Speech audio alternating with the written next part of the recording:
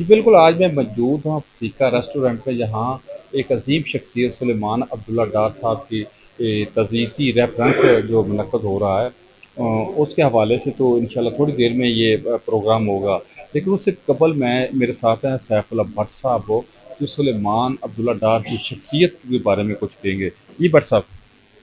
جی سلمان عبداللہ ڈار صاحب نہ صرف M B B S doctor تھے، آپ ایک بہت بڑے قلم کار تھے.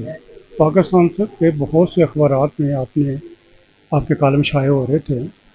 آپ سفر نامے آپ کے لکھے ہوئے ہیں، تصوف پہ آپ کی کتابیں لکھی ہوئی ہیں، آپ نے شاعری کی ہوئی ہے، اور آپ کی پہچان نہ صرف پاکستان، بین الاقوامی طور پہ ان کو ریکگنائز کیا جاتا تھا. آج پاکستان میں 3-4 یونیورسٹیاں ہیں جو باقاعدہ ان پہ پی ایچ ڈی کی ڈگری ایشو کر رہی ہیں.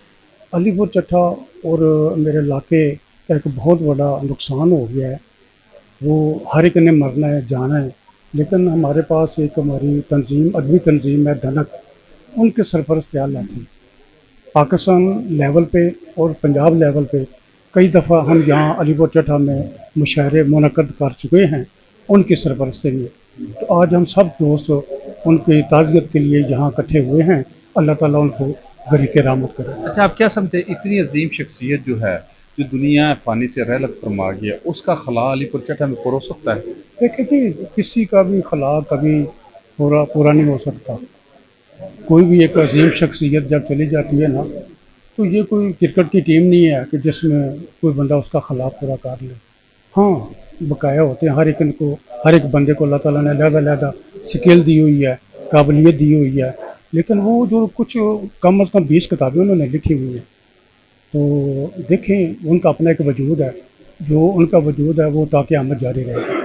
اچھا، کوئی ایسے الفاظ جو ڈاکٹر سلیمان عبداللہ ڈار کی شخصیت کے بارے میں آپ کہیں گے؟ میں شخصیت دیکھو جی کہ بہت ہی پیارے انسان تھے، بڑے کم گو تھے، بڑے دھیمے لہجے میں بات کرتے تھے، لیکن جتنی بھی باتیں کرتی تھی وہ سننے والوں پہ اثر کرتی تھی. بہت شکریہ بٹ صاحب.